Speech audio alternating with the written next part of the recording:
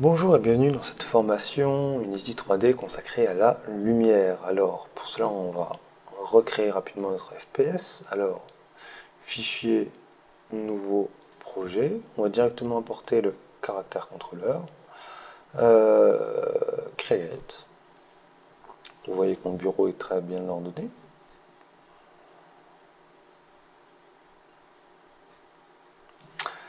Voilà. Nous avons notre caractère contrôleur, nous importons notre scène. Seulement là, il a besoin d'un sol. Alors on va recréer notre plan. On va l'agrandir pour être tranquille. Notre first person controller, on va le déplacer au-dessus du sol. Et puis nous allons utiliser notre cube fétiche favori, témoin de nos talents artistiques. Mais là, on ne le voit pas. Pourquoi? Parce qu'il n'y a pas de lumière. On l'a déjà dit dans la vidéo précédente. On va créer une directional light. Une directional light qui est toujours trop éclairée. Je vous conseille 0,3 si vous ne voulez pas un décollement de la rétine. Et là, on aperçoit notre cube qui est plus ou moins éclairé en fonction de l'orientation du soleil, de la directional light. Maintenant, notre cube, il n'est pas très beau, il n'a pas d'ombre, ce qui n'est pas normal. Alors, on va lui rajouter des ombres. Pour cela, on va aller dans Directional Light et on va sélectionner Soft Shadow. Et là, nous allons nous rendre compte que notre cube a une ombre. Alors, on va déplacer notre cube pour le mettre sur le sol pour que ça fasse un petit peu plus joli. Voilà. Magnifique cube. Alors, vous avez différents paramètres pour les ombres. Vous pouvez choisir Hard Shadow ou Soft Shadow.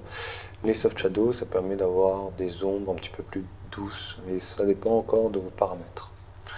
Je vais par exemple, plutôt carrément ici, m'approcher. Je peux agir sur les paramètres. Alors ici, c'est peut-être pas forcément représentatif. C'est même pas du tout représentatif. Mais normalement, la résolution, enfin la softness permet d'avoir des ombres plus douces, plus floues, entre guillemets, que les hard shadows. Alors ça, c'est la directional light, mais c'est donc la lumière du soleil. Mais dans une maison, par exemple, nous allons modéliser une maison. Ça va nous faire pratiquer, encore une fois. Alors, une maison, c'est 4 murs. Je crée un mur, je le duplique, je le déplace. Je duplique encore ces deux murs. Je fais une rotation sur les deux murs. Je mets notre caractère contrôleur à l'intérieur de cette magnifique maison. Et on va créer un dernier cube qui va être le toit. Hop.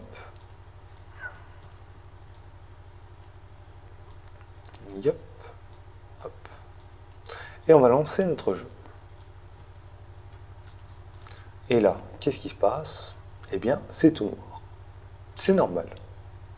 Pourquoi? Parce que la lumière du soleil ne rentre pas dans la maison.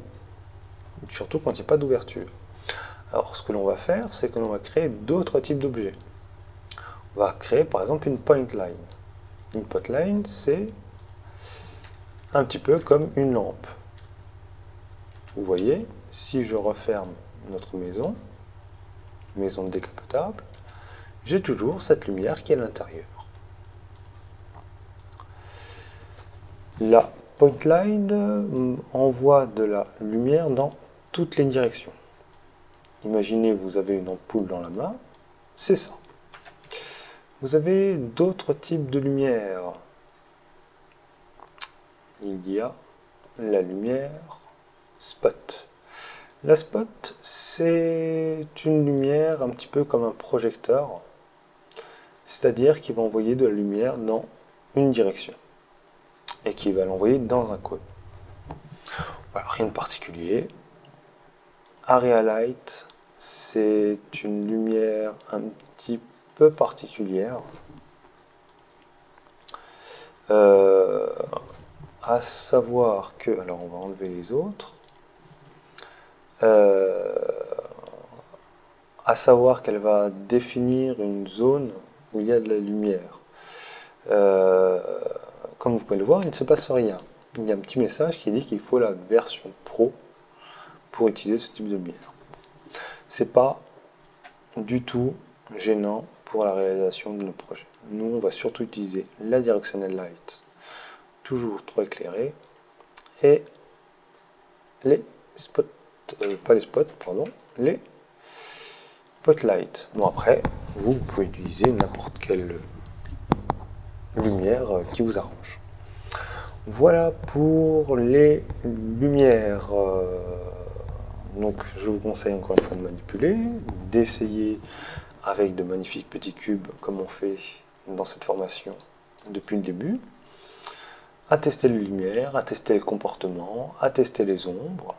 Vous voyez notamment que, alors, ici il n'y a pas d'ombre sur le sol. Pourquoi? Eh bien, toujours pareil, il faut manipuler. Il faut se rappeler qu'en Directional Light, il faut activer les ombres. Dans ce cas-là, vous avez les ombres.